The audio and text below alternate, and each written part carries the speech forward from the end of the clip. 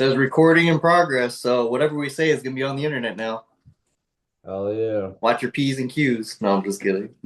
The Did internet's did forever. Wade say anything? No. Guys, we're waiting on one other fella, but might just be us three for a quick minute. Kick it off. Give us the intro, dude. Yeah, What yeah. is this? All What is this right. podcast?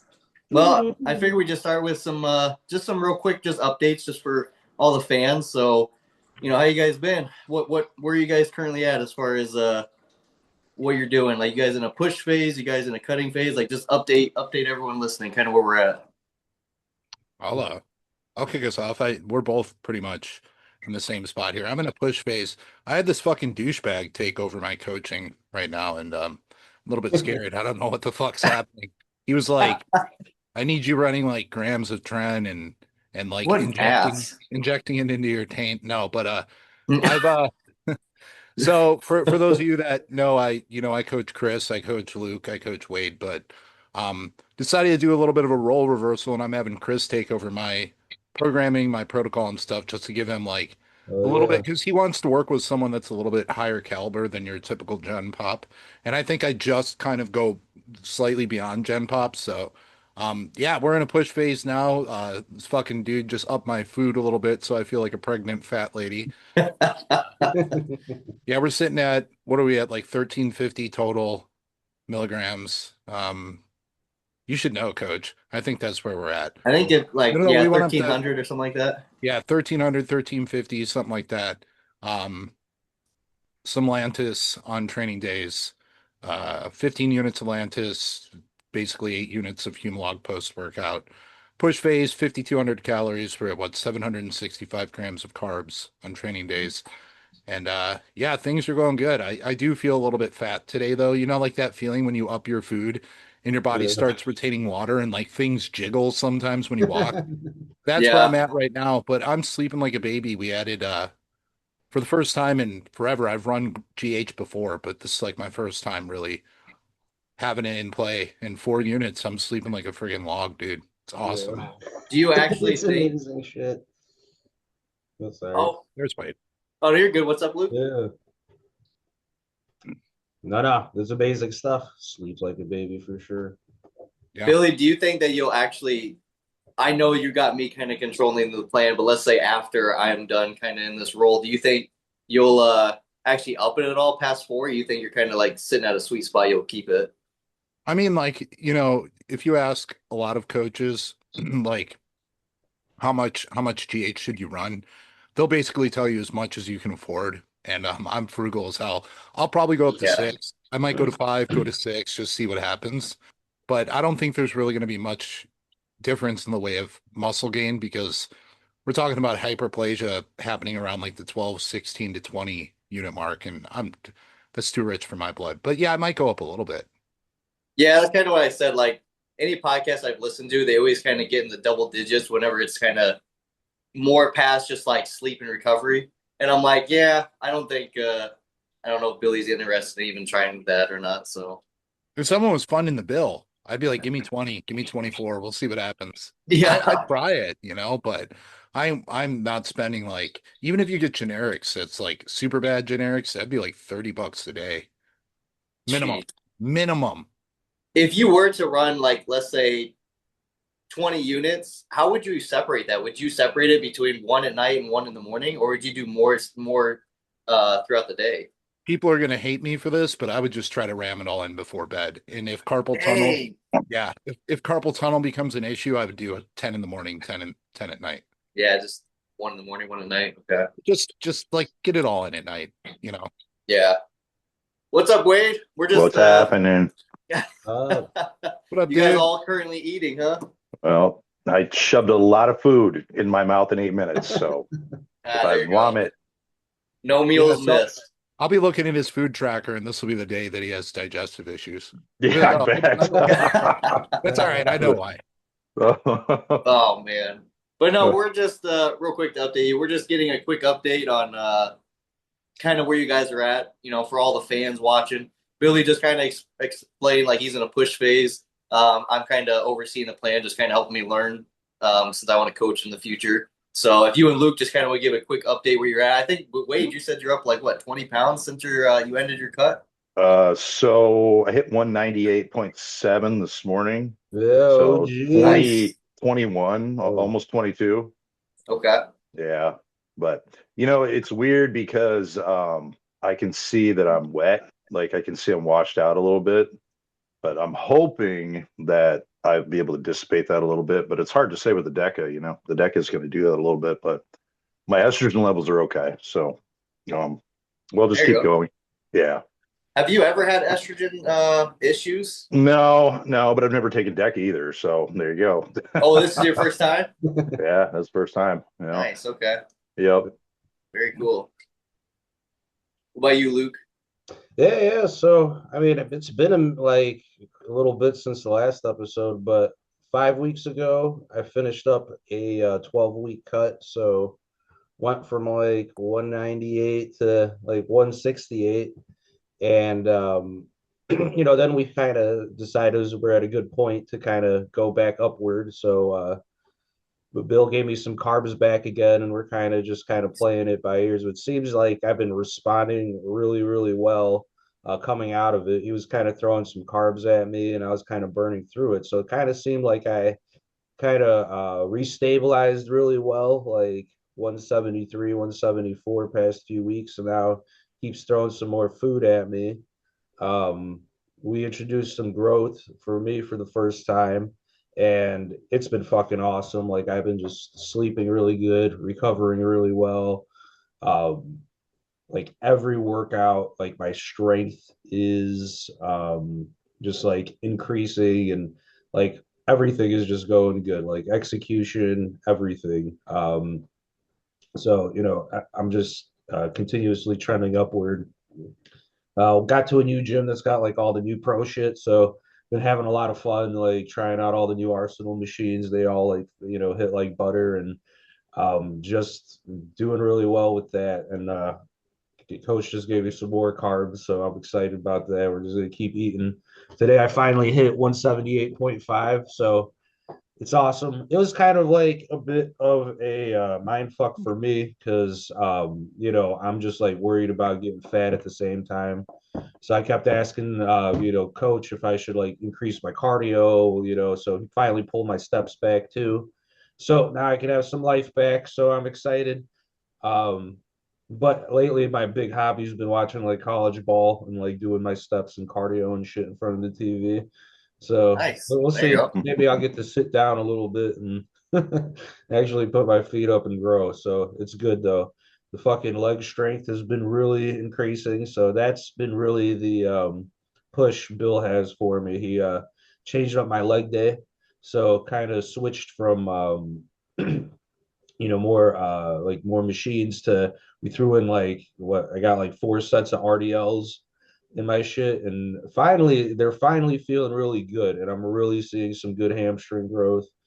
So yeah, that's been really good. That pendulum squat too, that thing Yeah. is fucking gnarly, and I can't just explain like how much like my quad sweep looks like it's just like more pumped than it's ever been from hitting that thing. So um, yeah, that's my update.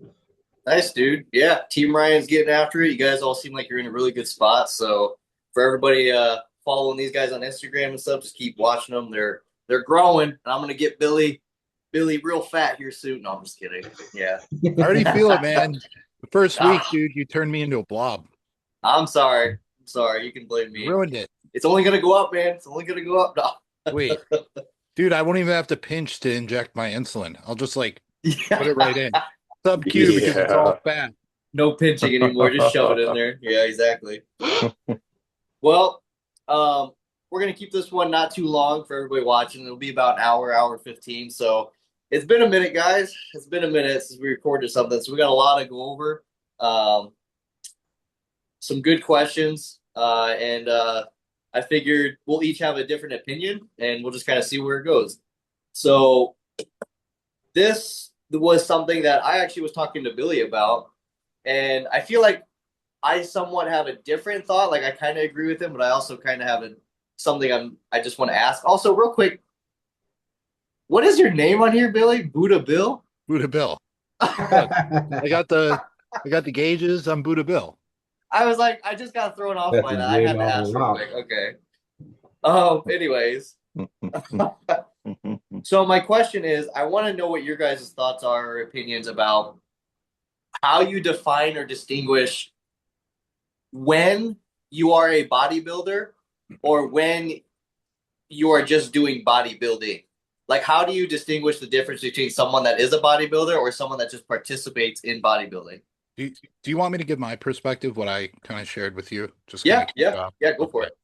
So I look at it this way. A bodybuilder is someone who does more than just lift weights in the gym with the goal of getting larger or building muscle. A bodybuilder is someone who tracks their food. A bodybuilder is someone who preps their food. A bodybuilder is someone who makes sure that they have meal timing. A bodybuilder gets their shots in on time. A bodybuilder thinks about when they're going to sleep. They have a schedule. Every single aspect of your life, obviously you have your priorities, aligns with your goal of being a bodybuilder. It's more of an identity. Whereas someone who does bodybuilding or enjoys bodybuilding is just going into the gym, they're working out, maybe they're eating, quote unquote, I'm eating clean, but there's not much of a semblance of a plan. It's just like, all right, well, I eat this, maybe I'll go out and have a few drinks with the boys, the girls. Like, that is someone who says, I like bodybuilding. I do bodybuilding. It's the gym, and then some of the other stuff potentially aligns, but it's not a constant. A bodybuilder is an identity. Yeah, makes sense. What do you think about someone that never steps on stage but does everything that you just said that they do? Like nails everything. Do you still consider them a bodybuilder or are they just bodybuild? They're a bodybuilder. Okay. You're just not a competitive bodybuilder. There's a difference. That's the distinction. Okay. Yeah. That makes sense. What do you guys think? Yeah, man, I'd agree with that. I mean, I'd say bodybuilding is the art of incorporating all of those things. You got to do steps, track your food, do your cardio. I mean, you have to live it inside and out. Like, the moment you wake up, your life revolves around it. I mean, as soon as I wake up, my day starts preparing around my actual workout, getting my food in before my workout, weighing my food out, getting everything ready. And then like my whole day is just structured around how I'm going to get my steps in, when I'm going to get my cardio in, how I'm going to get my meals in. I mean, it is a complete way of life, and you got to give it literally everything you have in order to nail it.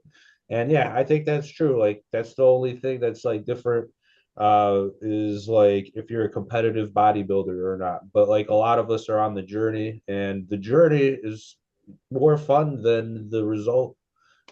I think so. I think like we love the fucking journey, and bodybuilding is really like a mantra. It's like a way of samurai type shit. And yeah, and then there's guys that like, that's like another thing. There's guys that flirt with fitness, or they like bodybuilding. They like the style of workouts that we do, but they don't incorporate all the other things. And they kind of wonder why they always get stuck spinning their wheels. It's because Always. you can't do just one, you have to do all of them. So anyways, yeah, that's like I think we all can agree that bodybuilding is a way of life. And if you incorporate that, fuck yeah, you're a bodybuilder. The one thing that I struggle with this to kind of comprehend, and maybe you guys can help me distinguish this, is everything that you and Billy just said. You live the lifestyle, you have everything dialed in. Okay. Is there a time frame when you can actually distinguish yourself as a bodybuilder? Because let's say you're just starting out. You've been doing it for 3 months, but you have everything dialed. You're with a coach. But like you look like as if you don't have much muscle on. Can you still distinguish someone that's such a newbie, but yet has everything perfect as a bodybuilder? Or like, doesn't there need to be a time frame where you can actually say I'm a bodybuilder, even though everything is right on plan? No, because that's subjective, man. I mean, if you have somebody that's like, I mean, you guys kind of left me sloppy seconds here, so you got to forgive me. Like you all just pretty much explained everything I was going to say. So, right. So I'm gonna try to like pick up some pieces, but I think that's a subjective opinion. It's like, okay, how do you define yourself as a bodybuilder when you do everything, or how do you not when you do everything a bodybuilder does? You know what I mean? To track their food, they're on top of everything. There's no look necessarily that makes you a bodybuilder. If you're doing all the shit that you're supposed to do, you're going to get there eventually. So you're a bodybuilder. You know, that's just the way it goes. I think, anyways. I agree. But I would say the difference between somebody that bodybuilds and a bodybuilder is a bodybuilder should never miss. A bodybuilder should be on every single tiny little thing every single day. For example, when I wake up in the morning, I'm like excited to weigh out my food because I know that's going to produce a result. Yep. And if I'm at that level, that's fucking amazing to me. It's like, wow, I'm really dialed. Like, I really love this. And so that's the other aspect of it too, is if you love training. I mean, I'm going to tell you, I don't always love training because I'm sore, I'm tired. I don't always want to go in the gym and move the weight around, but I know if I sacrifice that feeling, there's going to be a good result, you know, at the end. So that's how I would distinguish the two. Yeah. Sorry, Luke, in terms of your question and wondering whether or not you can determine somebody's a bodybuilder based on time frame, completely subjective. Completely. That's true. That makes sense. Yep. Think about it this way. If I just picked up a guitar and I've never played guitar before, but I love music and I started going to lessons and I'm practicing 20 minutes a day, I'm a guitarist. I might not be able to play a fucking riff yet, but I'm still a guitarist because you're in it. That is what I'm in. That's what I'm doing. You're in it, dude, for sure. It's just, it seems like those examples, and I do agree with you guys. I'm just playing devil's advocate where, like, what about like sports? You can never say you're a football player just because you play football. Like, you know, why not? I mean, can you? Well, see, Yeah, here's the you thing. don't have to be good. Yeah, here's the thing where I'm getting confused about where you're going with this, because I feel like you're trying to put a limit on what somebody's intention is. If I want to go out and play basketball, pick up games, I'm a basketball player. I love playing basketball. That's it. That's the intent is there, you know? Yeah. But like, do you have to be a professional in order to be considered that? Do you have to be like, what level? What level do you have to be at before you're like, okay, I guess I have this title. I've earned this title. No, you're doing the thing already, man. Yeah. I mean, there's like, millions of people that, practice karate, but they never, fight in the UFC. Are you saying that those people aren't martial artists? I mean, it's two different, and I think it's different things. So like, football, to say like, hey, you're not really a football player until you're NFL. I mean, in that aspect, I mean, you would say because that's more of like a professional, you got to make a team type shit, maybe something like that. But yeah, you're just not a professional yet.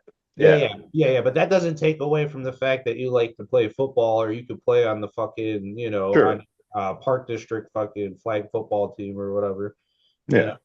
I'm not basically what I'm trying to say with this and that I'm trying to pinpoint is I want to be able to invite everyone to do bodybuilding because it's such a great, I guess you could call it sport. I know people call it other things, but whatever. And it really teaches you a lot about yourself and helps you grow as a person. I just was more curious as far as like, there are times, and you guys may disagree, that's okay. There's just times where I just wish there was a certain point where then you can actually distinguish yourself as a bodybuilder rather like than just people who randomly just. I guess you guys. I see what you're saying. You guys did pinpoint it where. Yeah. You are a bodybuilder if then you're nailing everything in the day. I just feel like calling yourself a bodybuilder these days has been watered down so much, and you'll just see some random kid on the internet posing and he's like in his bio is I'm a bodybuilder, and I feel like it just kind of disrespects those who like give it absolutely their everything, and I just wish there was something that kind of distinguished that more. No, I agree. And guess what? They can call themselves a bodybuilder all they want, but they're bodybuilding. They're not a bodybuilder if you talk from the actual aspect of what bodybuilders do. Like, think about it this way. If you were a pilot, but you didn't know how to fly a plane and you got in the cockpit and you just let it crash, are you a pilot? No, you're not piloting the plane, right? Yeah. So they are literally going into the cockpit and not flying the plane. They're make believe, and they're allowed to do that. And I agree, it does water it down. But would I consider them a bodybuilder? No, I would consider them someone who's playing dress up, and that's okay. But I think most people who are bodybuilders will be able to see that. So it doesn't even matter. Yeah. That's the thing, is the distinction will be seen by the people that really understand. Yeah. You know what I mean? Yeah. Like so many people could be like, oh, well, this person says this about themselves and that, but if you really know, you know. You know what I mean? Right. It's like it's kind of irrelevant. Like I could call myself all sorts of things, but does it really matter that much? Not really. Yeah. What really matters is that people understand like Yeah. my intention and what I'm doing. And as long as that's there, then we're all good. Yeah, That's for cool. me, like a good rule of thumb, like you can understand a person's level of fitness based on the type of questions they'll ask. So, like a new guy will definitely ask, like, what is Yeah. be the most ripped? What's going to get me the most jacked? An experienced person is, what do you think like the right volume is for me to bring up this body part and X, Y, Z, So like, It's Yeah. easy. Yeah. Yep. Yeah, no, you guys made good points. I think you pretty much answered it. It was just more maybe just me whenever I tell someone in the gym I'm a bodybuilder and they just are like, "Oh yeah, me too," as if it's like no big deal to actually reach that point. And because Yeah, I get it. It discredits it. It discredits our hard work. And Yeah. I've tried to not let that bother me as much anymore. It still does. Does it irk me? Yeah, but it's gotten less and less. It's more like a nagging echo when people do that Yeah. shit now versus Yeah. before. I'd No. be like, are you kidding me? You're not a bodybuilder. Look at you. You look like a stack of dicks, but exactly. Or Yeah, I've had people say like they'll ask me like, "Are you training for something?" And I'm like, "Oh, I mean, I'm just a bodybuilder and I do this and that." They're like, "Oh, have you stepped on stage?" And I say no, and then they look at me like I'm crazy. So I agree with you guys. You Yeah. don't have to step on Right, stage because, yeah. like Billy said, competitive bodybuilder. So maybe I should make that distinction a little bit more clear. yeah, I haven't and that's another. competed for what? How many years has it been? How many years has it been since 2011? Yeah. 17 years. Is that 17 years? Can I do math right now? No.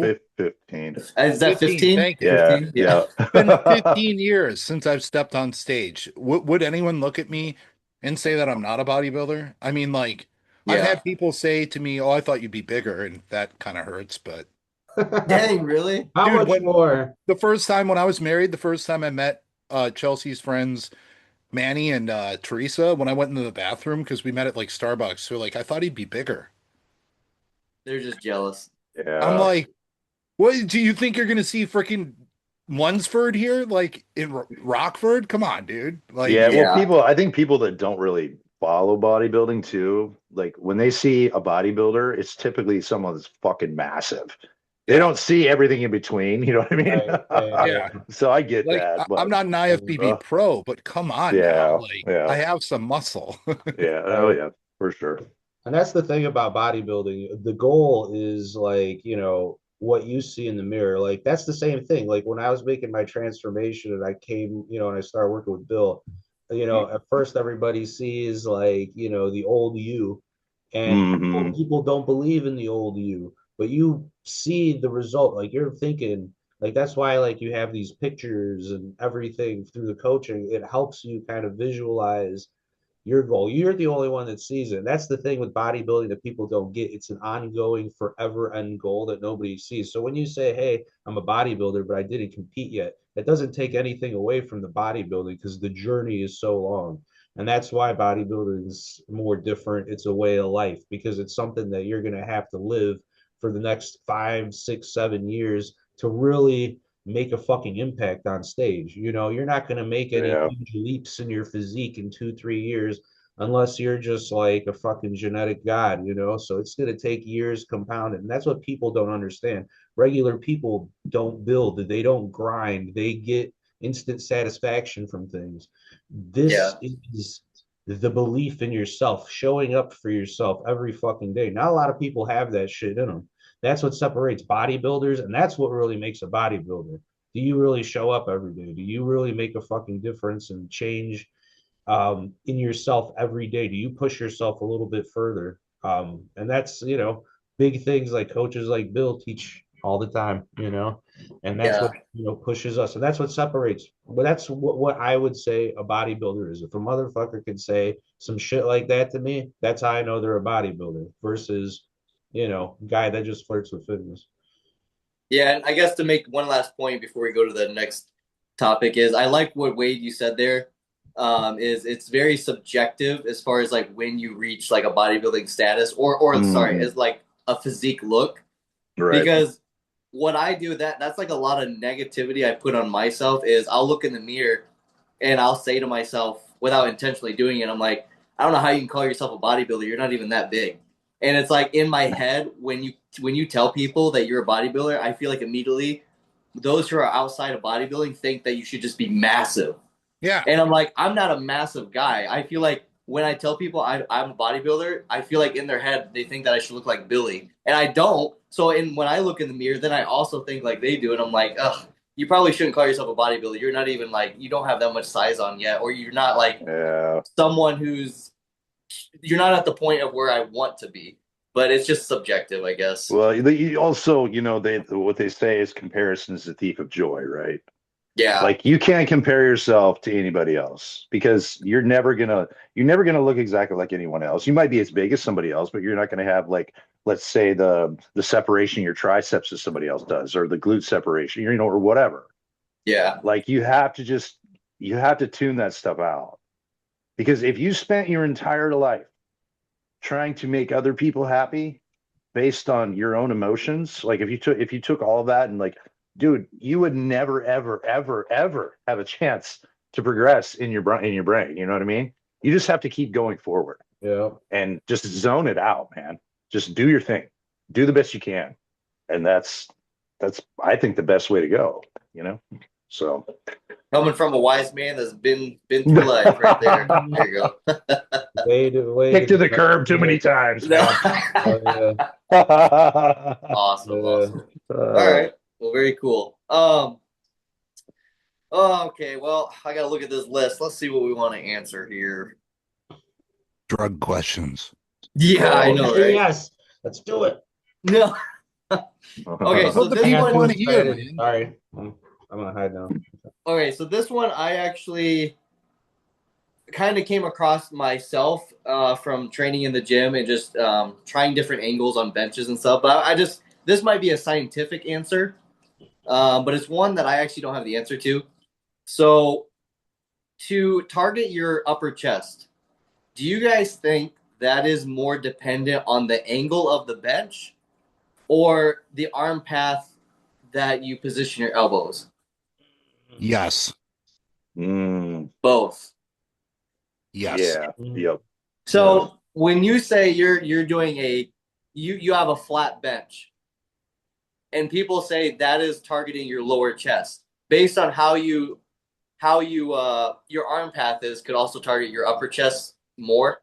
To a certain extent, but we got to remember how the pecs work. Every single fiber, your clavicular head is still going to fire in a flat bench. In fact, I would argue that if the incline is too high, it's going to take away from chest development. You're going to be working a lot more anterior deltoid. So I think like the whole like 25 to 35 degree incline, 35 is like tops. The people that do like that 45, sure, you're going to get some of the clavicular head, but you're primarily, you got a deltoid. Yeah, you got a deltoid right there. Mm-hmm. So I found that a little bit less flare to the elbows, keeping the elbows tucked a little bit seems to help recruit, or feels like it, a little bit more of the upper chest. Yeah, I agree. Yeah, because how this works here, when your elbows in close, you can actually feel it. When you're flared out, yeah, it's more like almost like a hybrid fly press, Right. Yeah.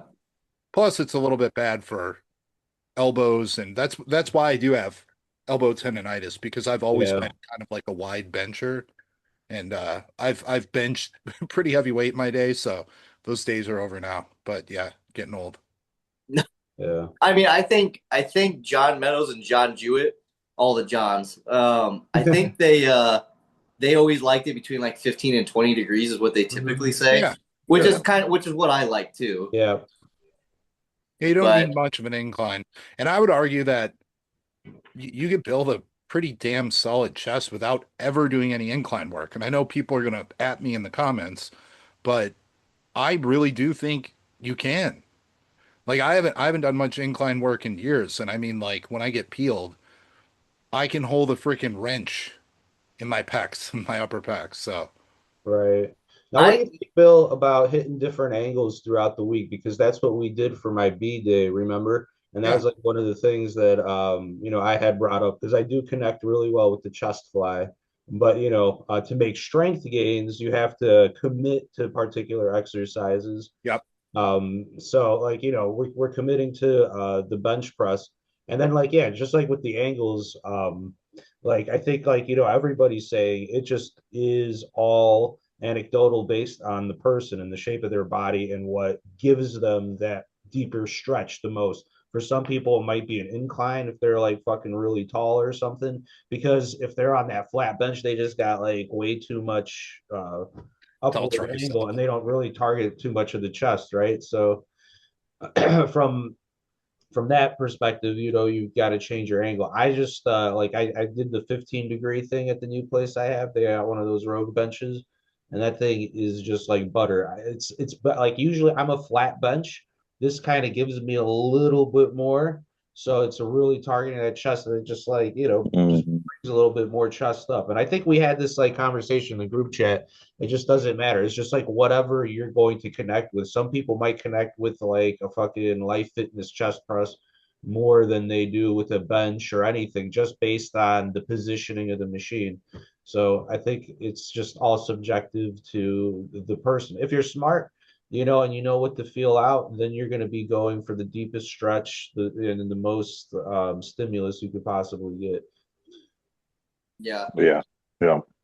No, I agree with you, Billy. Agreed. I mean, I honestly think if you let's say you're training at home and you're limited equipment and you just did a lot of flat presses, but you're someone that's experienced and you know how to target things differently just based on body positions and just understanding how to engage properly.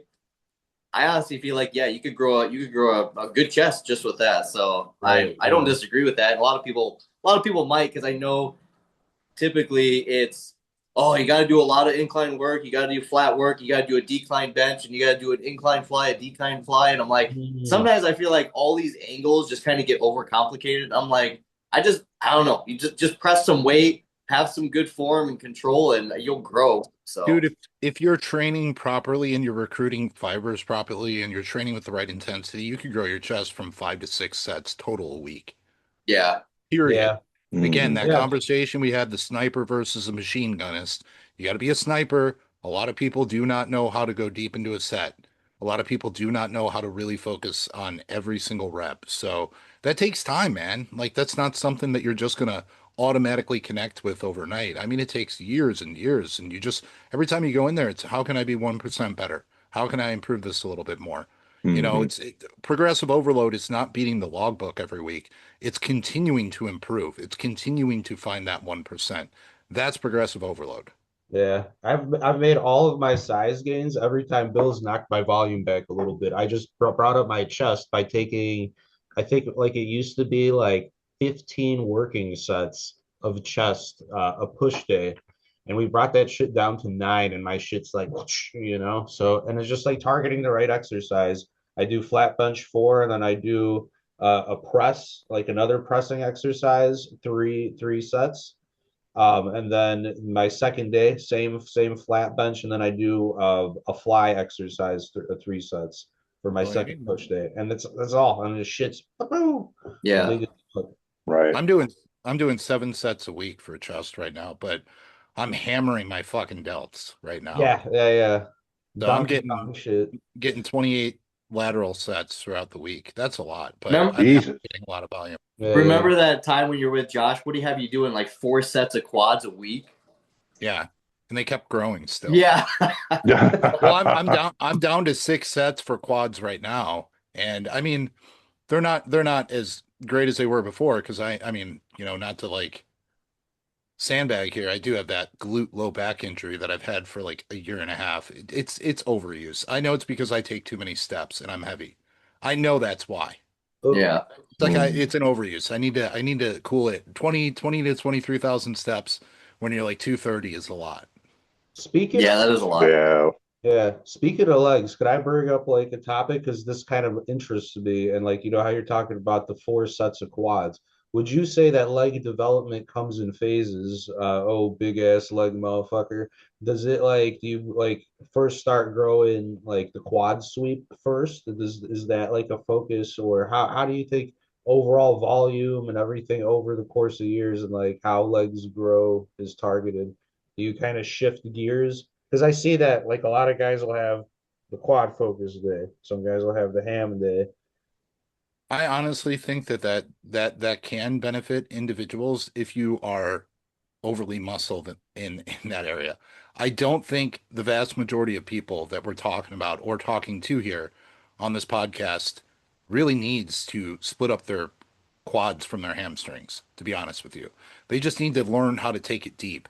Because I will tell you this, training your legs hard is one of the worst feelings you'll ever experience. It is nauseating, it's vomit inducing, it's excruciating. Every second of those deep reps, you just keep asking yourself, why the hell do I do this? If you don't experience that, you don't need a quad and hamstring day. You need to fucking push yourself. That's all you need to do. So, to answer your question, I think learning the art of full range of motion and being able to stay locked in throughout every single rep of every single set beyond the point of where most people would stop, that's all you need when it comes to legs. Everything else Mhm. is just a cherry on top. Yep. Yeah. Team Ryan secrets. The hell of the leg press. Yep, that's honestly I Almost would said it say death. the leg press is the movement that really made a huge difference for me. And I used to be a big proponent of squatting. I like squatting. But if your goal is huge, massive legs, yes, get a foundation, learn how to squat.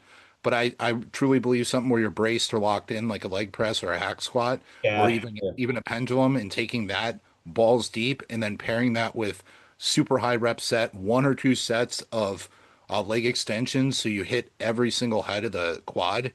I think that's all you need for quads. Mm. That's it. Yeah, I will agree. I think like a lot of guys who are used to barbell work, unfortunately, a lot of people sandbag the fuck out of barbell work. You can just like pause real easy at the top. A lot of people they'll do like a shit ton of volume. That's like another thing. A lot of guys are like fucking volume beasts at first, walking lunges, Yeah. tons of squats, front squats. I mean, they're all effective, but it's like overload, CNS overload, and they're just frying themselves. And then they're also not hitting legs frequently enough. Like, Well, yeah, not to cut you off. I mean, they're not technically frying their CNS. They're taking away from the recovery bucket. Because when I yeah, see yeah, yeah, people yeah, yeah. when they come to me and then they're like, "Here's my leg day," and I'm like, "You do 28 sets for legs?" I go, "How pussy is each set?" Because no one in their right mind can do 28 sets hard. Yeah. You can't. No. You Yeah. just can't. You physically cannot. You be in the hospital with rhabdo. I don't care if you have the greatest kidney filtration system in the world. You just can't do that. You can't recover from it. So that's when you need to take someone through a set. Like, and I think Luke will agree that he didn't know how to train legs until he came here to the Yeah, gym. And I yeah, put him on that leg press. And Chris, I think you would say the same thing when we talked about this one of our other episodes when we put you on that squat rack attachment leg Oh press. my God. That's that, and now both of you, and I know Wade trains hard. Wade's trained in the paint for years here, but I know both of you ever since then you went from boys to men. Hey, yeah. look at that. Yeah. Who's gonna start singing now? Boys to men. I went from a girl to a boy. I'm still working my way up. There we All right. go. Yeah. Is clit turned into a penis? There you Yeah. go. I will say this Tiny though, one. that that Rogers hip press, dude, that thing is the most beautiful fucking leg press I've ever tried. It just hits perfect. Like you could really like has like the perfect seat where you could just start off in that really tight ass position, and as soon as you lift off, it's just like like you could Yeah, go, that thing's sick. dude, it's just fucking perfect. Yeah. Like every week, it's just like my quads just keep growing and growing and growing. Yeah. Love it, It, man. it's funny. I've been working with Billy for like 5 years now, and I still have a lot of the training exercises, volume splits, and everything that he gave me when we first started. And when you look back at him, you can tell it just kind of makes me laugh because my volume was a lot higher then because he knew I didn't know what the hell failure felt like. So obviously he'd give me more sets because like it Right. took me longer Right, to yeah, reach that yeah. point to where I Yeah. am now. So it's just cool to kind of Yep. distinguish. Yeah, like what Billy was just kind of gonna say is distinguish like from where I was to where I am now. Is I would still consider myself someone that's not experienced. I'm still learning. I'm still Yeah. newer because I haven't been in the game a long time, but my training knowledge and understanding has progressed much more than when I first started. So your volume kind of has changes over the years based on understanding how to go to failure. For those listening that are newer or those who are more experienced, like your volume will change based on really knowing how to push to true failure. Mhm. And your age too. As you get more years in the gym and more mileage on your physique, you either have to lower the intensity substantially and you can keep the volume high, or you have to lower the volume. Like you have Right, to. yeah. Yeah. You just have to. I don't care how much gear you take. It's not Right. gonna. It does nothing for connective tissue, unless of course you're taking like 20 units of growth hormone, BPC, and TV. You might be okay, but Maybe, Yeah. maybe. yeah, maybe, Yeah. maybe. So, Chris, Yeah. you got anything spicy in there for our listeners? You got to have something spicy. Oh, for a question? Yeah, For something spicy? Oh man, I something, got some because like this is fun. all kind of like, well, boys and girls, this is how we train. I want to hear about like, like the one time in band camp where you stuck a flute in your pussy or something like that. There's got to be something. that's Something good between for me the and you, Bill. people. We were supposed to. Okay. No, I'm just kidding. Something for the people. Come on. Tell me when you were no longer a virgin. No, I'm just kidding. No, I'm just kidding. I get Tracy back to the day. Yeah, Believe it or not, the exact. the I'll tell you. girl. I'll tell you the what. girl- I won't tell my story. Well, I mean, I could, but like we don't have a lot of time. But mine was just not good. We'll just say that. Yeah, Neither I was don't think mine, too dude. many people have had a good one. It's I always don't. like Yeah, I don't think somebody's anybody did, funny dude. shit. First one, Okay, you yeah, just gotta. everybody's was bad. First one, you Probably. Of got to get it course. out of the way. Like, Yeah. all right, I got that out of the way. That was weird. I didn't Yeah. even know what happened until it was over, and I was That like, was "Oh, weird. Right. Admissions. Oh. Strange admissions. that's what that was." Yeah. Yeah. Oh, I- okay. I legit remember asking. God damn! And my mom watches this. I swear to God. I remember asking. I was like, "Am I in?" You had to ask. Oh God. Dude, if you had to ask, the answer is no. Yeah, Like, no, bro, that's my armpit. I was like, you know what? I think I might just be gay. Let's just be gay. Very, Let's do this. very hot dog in a hallway vibes. It's the first time. It's Yeah. Yeah. It Yeah. anyhow. All right. So anything else other than our virginity here? What else you got? What else I got? Well, nothing like too spicy like that. No drug questions? Oh, Shit. you know what? I had in here. We wanted to talk about like our first car. If you wanted to change gears, First but car. that's not spicy. That's not spicy, man. You don't want to hear about my first car. Yeah. Come on, Wade. What do you got for something spicy? I know you got something in the tank. You're wanting to share. Something spicy? Yeah. Oh man. I just put you on the spot. I feel like Billy wants to share something. Billy's itching to share something, I can tell. All right. So let's do this. What was give me your experience of the worst shot you ever had. The worst shot. Like, because for those of you that don't know on this podcast, Oh, bodybuilders use injectable oils. Okay. They have hormones in them, unless you're a natural. So I've heard some of yours, Billy's, and I can't wait to hear the worst one. But yeah, I'll say mine really quick. When I lived in Vegas.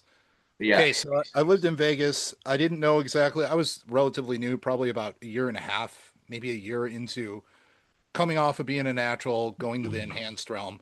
And my wife at the time, Chelsea, was just in the other room, and I was in the bathroom. And mind you, I bought a really nice looking house. It was a smaller house. It was like 1150 square foot, but it was brand new construction. Like, I got a killer deal on it in the bad side of Vegas, but it was like a nice little area in the bad side. But everything was all white. Everything in the house was fucking white. It was just No. white. The I know carpet where was this is white. going. And I'm in the bathroom and I'm like, all right, quad injection. I hated quad injections, but whatevs. God, I'm doing a dude, quad so injection in my painful. left quad. And I was standing up. Don't ask me why I was standing up, but I would sometimes stand on the other leg and like let that leg kind of hang and do it because I'm like, I could see in the mirror. So I do my injection. I'm like, that felt weird. You know, like when you get the jumping and like the twitching and I'm injecting it, it felt like pressure. I'm like, that's never happened Oh before. God, I don't know if I can listen to Whatever. this. Oh goodness. So I'm slowly taking the pin out. Like that was my tactic, my strategy to make sure I keep all the oil in. And then as soon as the pin actually loses contact with my skin, fucking fountain of blood, like Oh my literally goodness. spraying all over the freaking white walls, all over the white towels. Oh I'm like, my. Chels, and she comes in and she's like, what the hell? And it's still like coming out of my leg. It looked like I hit a freaking main artery. I thought I was gonna die. Oh, No way. She Yeah. grabs a bunch of toilet paper and presses it on there. And like she's got blood on her arms, there's blood on the wall. shit. My whole leg is covered. Dude, I've never seen anything like that. But it just stopped bleeding. I don't know what happened. Thank the Lord. My leg was on its period, but those walls were fucked. Dude, you know what that reminds me of? And I don't know why my brain went here. It reminds me of Dumb and Dumber when he's in the bathroom and shit just goes everywhere. Yes. Yes. Or if you've ever seen Bordello of Blood, which I believe was a Quentin Tarantino flick, like they would chop off the heads, or what is it, Dusk Till Dawn? Like when they chop off the heads of the Yeah. vampires and it would just Yeah, spray. yeah. It was like, and I'm like, oh, I was like, my heart rate was like 200, dude. I was about to die. I thought I was dying. Oh my gosh. What, How many, what'd how you many hit? CCs was it?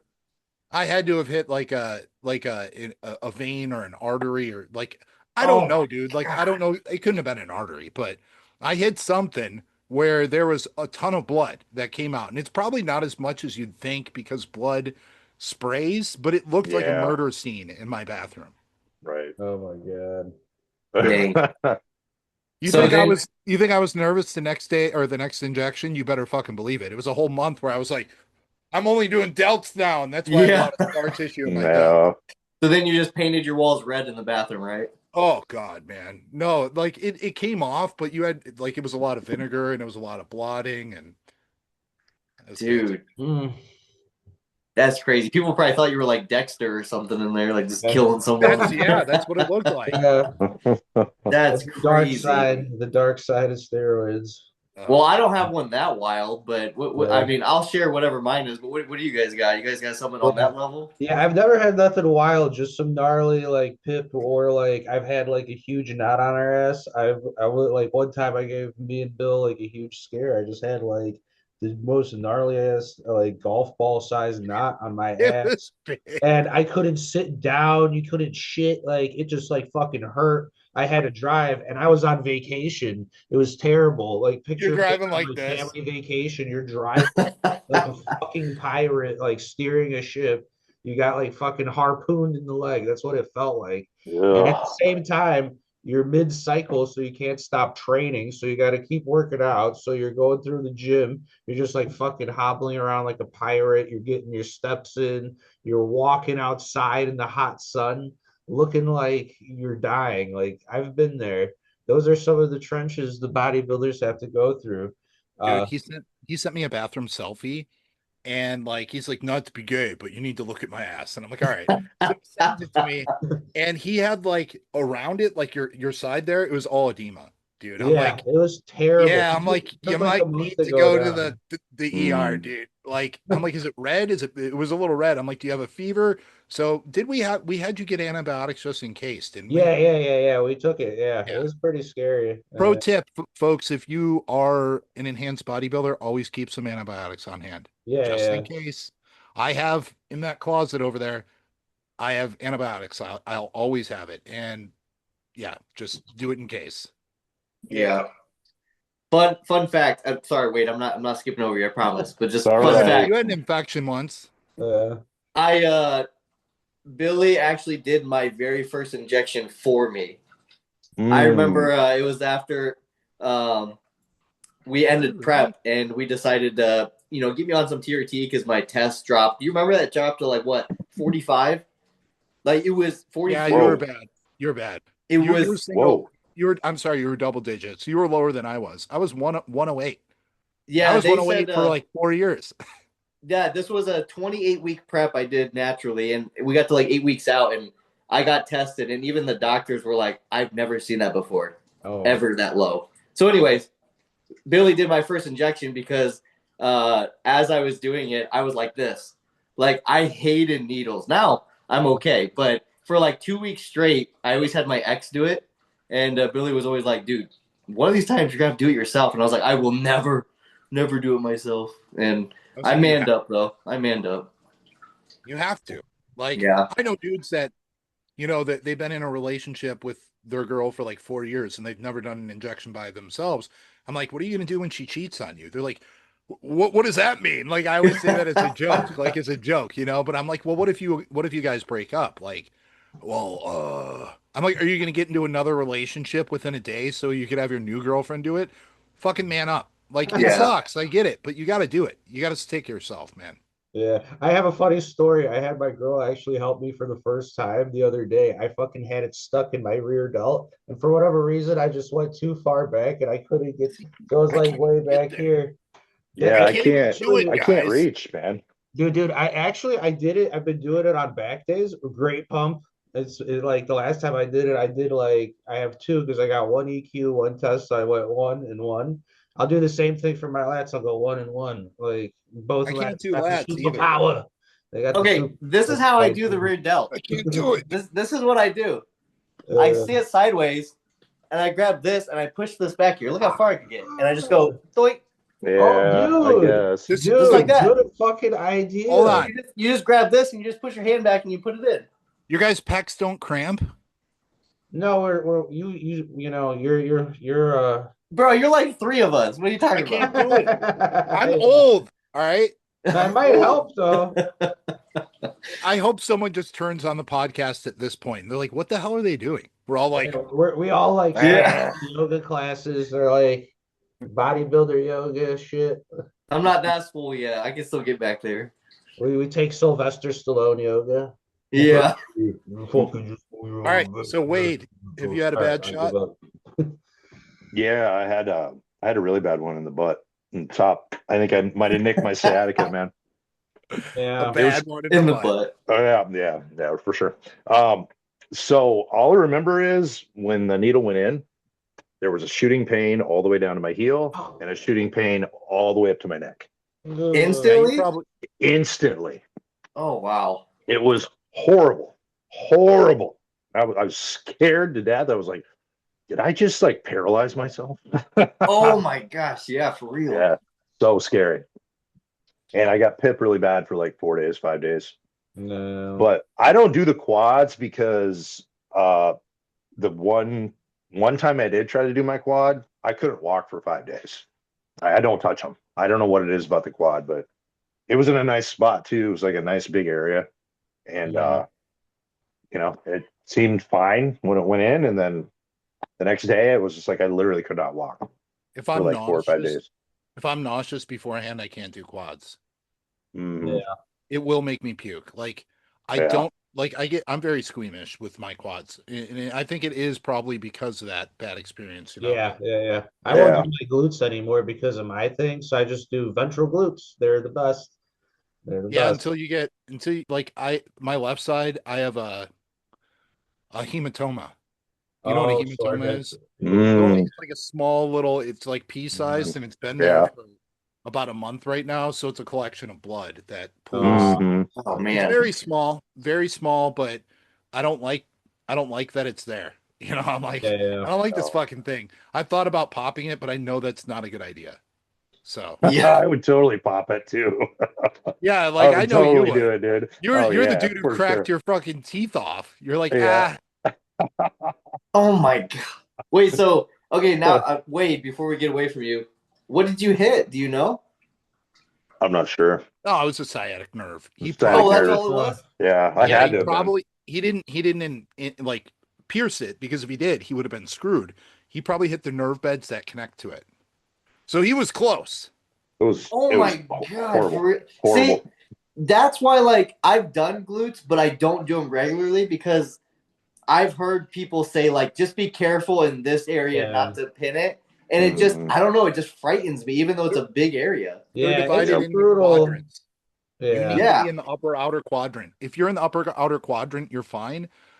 You may have just like Wade, you may have not known that, or you just went too far in. Like No, could even, some people will even do the upper quadrant near their butt, and you're usually fine if you're using like an insulin needle. If you're using a fucking inch and a half, like I have inch and a half needles that I've had for 2 years because I bought the wrong ones, and they're like 28 gauge inch and a half, so they're like you can bend them. Oh my god! No, that's what I use, is inch and a half. You'll hit some deep shit with that. Yeah, so. I mean, I've been using inch and a half for like 3 or 4 years. I use like 1 inch for the delt, typically, only because I want to get really deep in there. I don't want to develop any like surface scar tissue. Yeah, so that's kind of why I do it. Yeah. Yeah, I just recently fucked up my shoulder too. It just randomly happened. I just got like a random big ass. But I just hit it with Tylenol for a few nights. It's gone down. So yeah, I have cleared up. I just got, and it's like my second one. Like, you know, those EMS, what else are they called? Like those electric, you know, those little pads that you put on yourself that make the muscles contract. Like Twitch. Yeah, I can't think of the name of it right now. A TENS unit. I just got a TENS unit because I realized that I could use my HSA on it. And I'm like, I still have like $600 in there. I'm going to use it on there.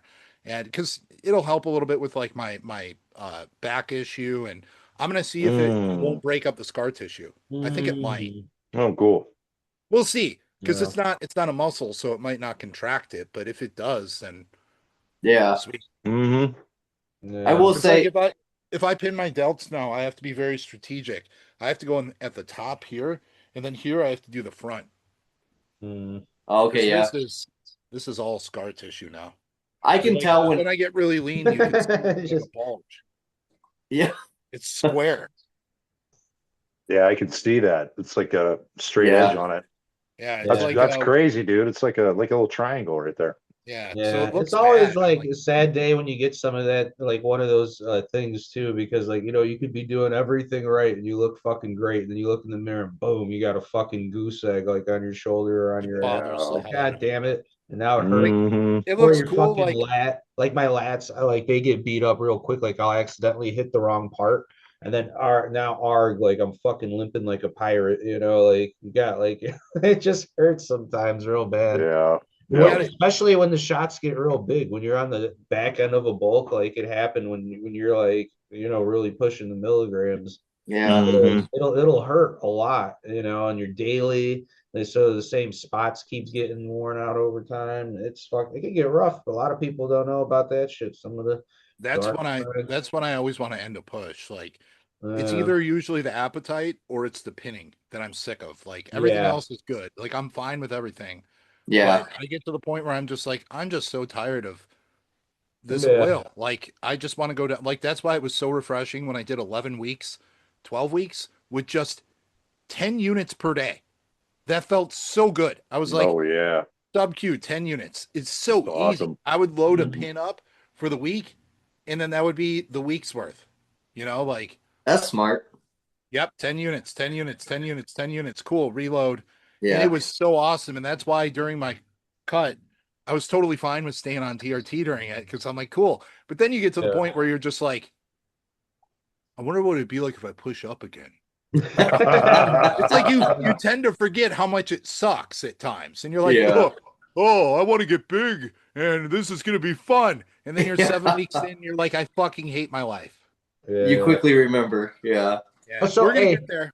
We'll get there. Quick question, Bill. When do you think you're really pushing up? So this is a good question for me, since like, you know, you just upped my carbs, I think, to like 550, right? Now, when do you consider you're really pushing?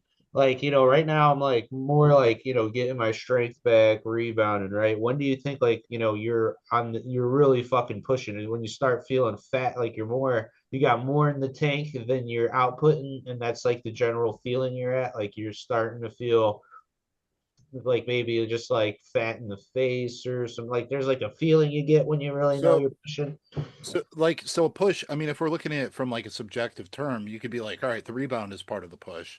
But if you're talking about when you're actually pushing the limits, where it's like, are the wheels about to fall off? Is that what you mean? Yeah. Okay. Couple things that I usually do that, like I use as metrics. First off, where's my appetite on a day-to-day basis? So if it's one of those things where at the end of the day you're sick of food, but you wake up in the morning, you're like, I could do this again. You ain't done yet. Okay. You might feel that fat in the face, you might feel a little bit of swelling, a little bit of maybe even edema in the ankles, depending on your carb intake, your insulin intake, if you're using it GH, your gear protocol, where's estrogen, where are all those Mhm. markers. But that's going to be part of the game for most people. You're going to experience that. But when you get to the point where there's days and days and days on end where appetite is wrecked, you're fucking sluggish, training starts to fall apart a little bit. You might still be strong, but it just doesn't feel good. Mm, You're close to going okay, especially if you see any sort of skewing in your lipids, like yeah. outside of what they normally are, or your blood pressure is starting to shoot up, regardless of, let's say, you even upped your tummy starting to like 80 milligrams and your blood pressure is still climbing.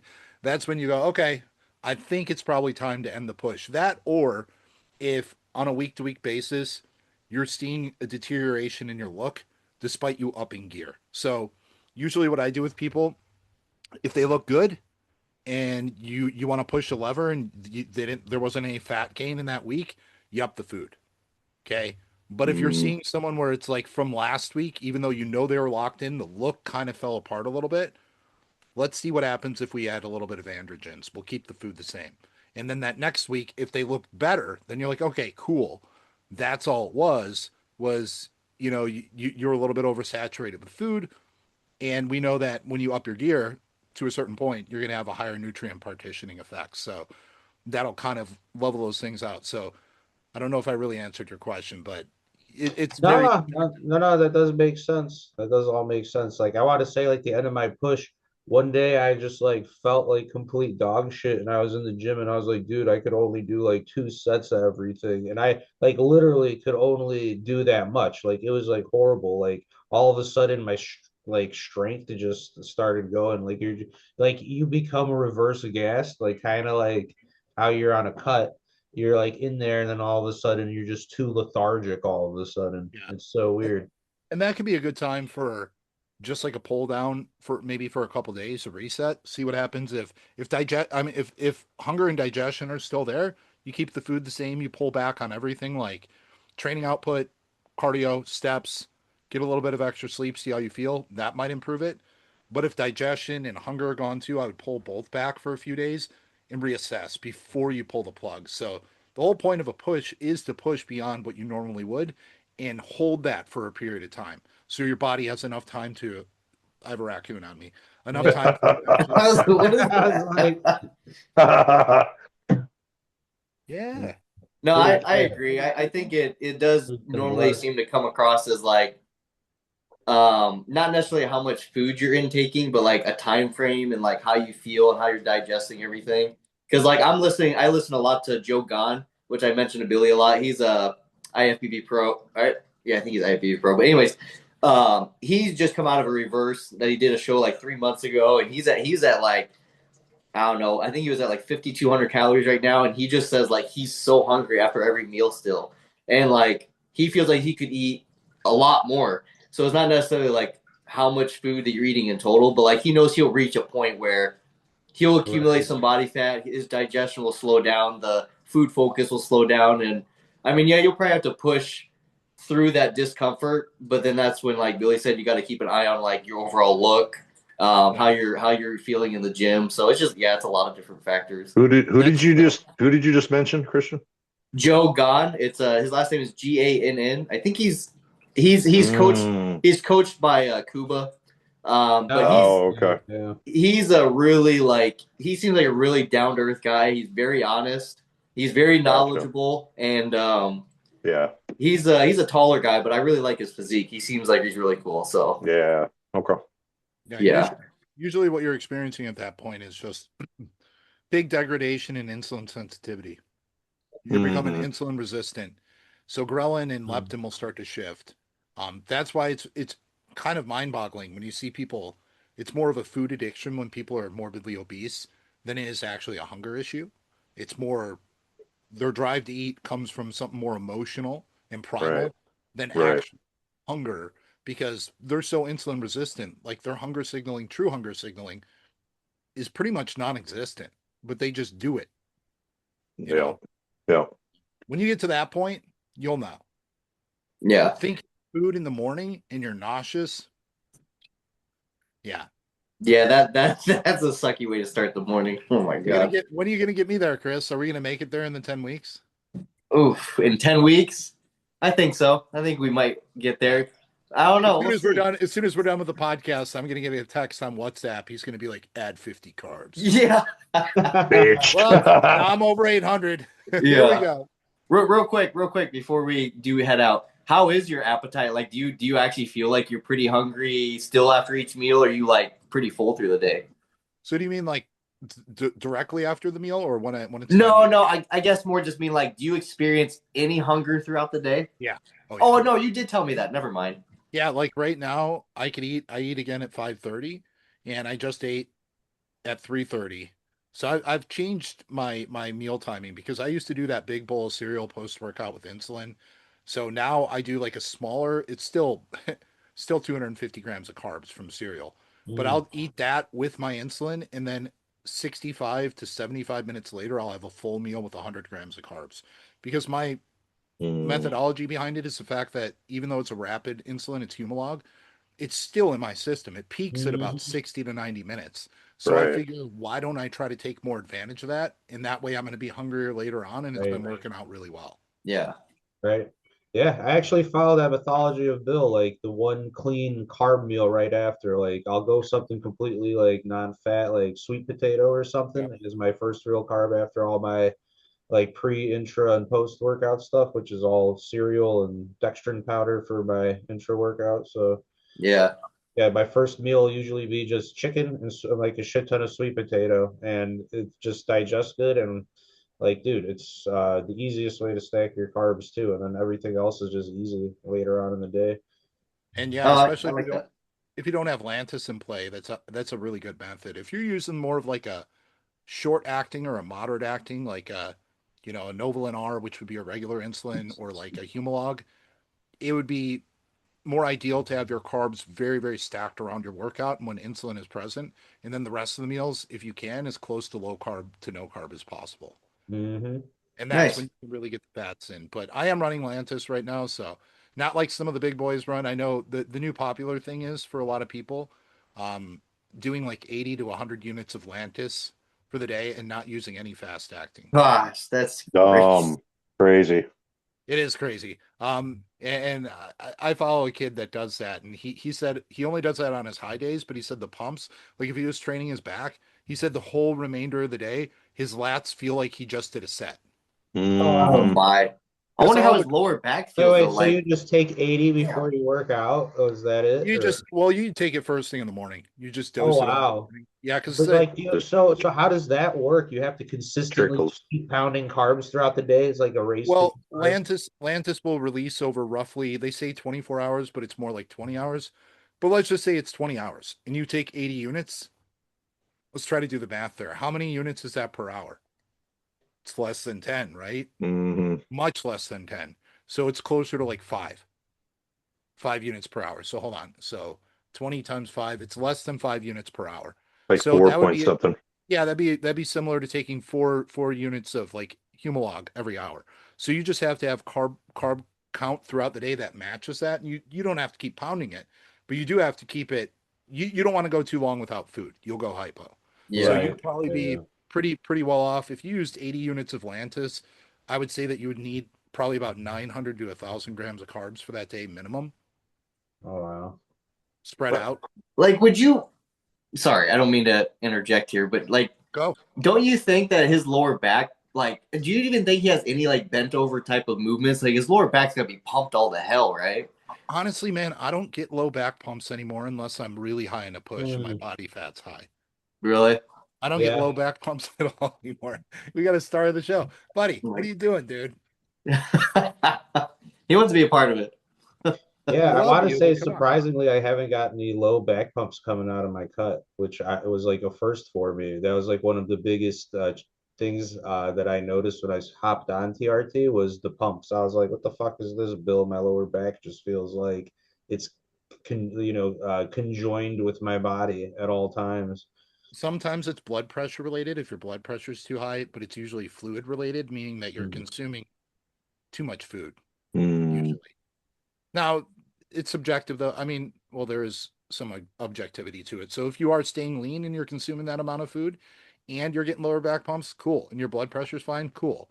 But often it's because people just eat off plan. They take those nibbles, right, Chris? They're taking nibbles. And I'm like, well, what's a nibble? And I've said this to Chris before. As a coach, you will know if they're being honest or not with you. So if a client, and this is for anyone out there that's coaching, that goes, oh, I had a few bites off plan, and they can't tell you what they had, they had a shit ton, and they just don't want to tell you. Yeah. So otherwise, someone will say, coach, I went to McDonald's, I had 2 double cheeseburgers, a fry, and a McFlurry. But the person who says I had a few bites off plan had way more than 2 double cheeseburgers, a fry, and a McFlurry. They went to McDonald's and they closed the fucking place down, right? Yeah, cheesecakes, Dollar Madison cakes. Or you'll ask them to tell you, and they'll say I had a few bites of pizza. How many pizzas did you order, bro? Yeah, you didn't have a few bites of pizza. I know that. I just had a few beers. Yeah, no one has a few beers without drinking a entire 12-pack or a pizza without eating the entire fucking pizza. So come on. Yeah, they didn't even mention the fifth of Bacardi Limon that they drank in the hooker that they banged. So. Oh, yeah. Right. So before we hang up, before we end this thing, I'm having my world's collapsing over here. I have a dilemma. All right. I have a first world problem that I can't solve. And I think they make it cream for that. Billy or Christian or maybe Luke might be able to answer the question. Ninja Creamy question. Oh, okay. Who owns one? I do. Do you use it? Oh, yeah. I use it every night. Okay.